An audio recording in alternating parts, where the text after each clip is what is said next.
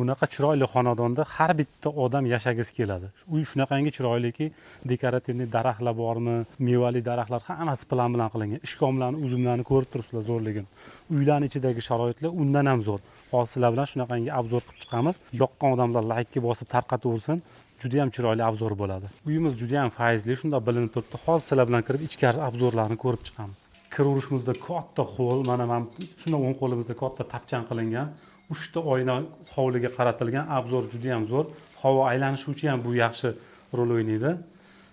Kattagina to'g'ridan zalga kiryapmiz. Zalimiz juda ham katta, yaxshi mebellar qo'yilgan, hamma tomonda oynalar. Bu zalimizdan 2 ta spalniga kiriladi. Bitta детский spalniga, bittasi katta родительский spalniga. Spalnilarimizda stroyniy mebellar qilingan, hamma mebellar joyida qoladi.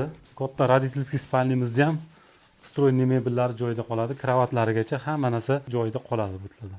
Oshxonamizda ham stroyniy mebellar qilingan, hamma sharoitlar issiq suv, sovuq suvlar qilib qo'yilgan.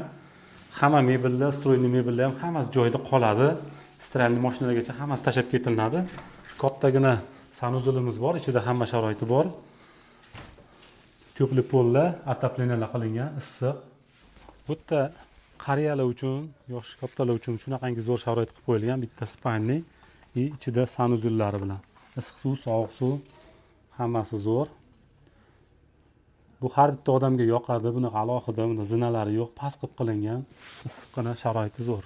Mana sizlarga letniy kuxnya hamma sharoitlari qilingan, mo'ykalari bormi, qozonlari, mangallari, shunday chiroyli joy, tayyor sharoitlar qilib qo'yilgan.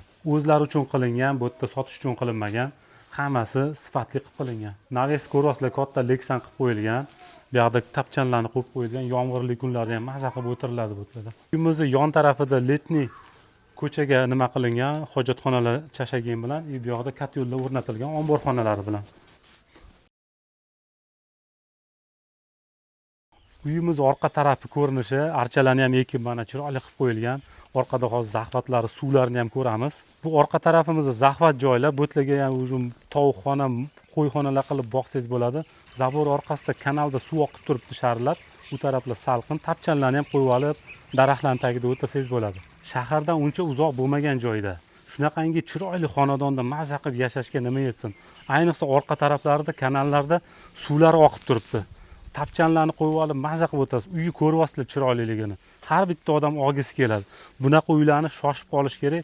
Narxlari ham juda ham yaxshi qilib berilyapti. Bu uyimizning ko'chalari ham chiroyli, asfaltlari tekis.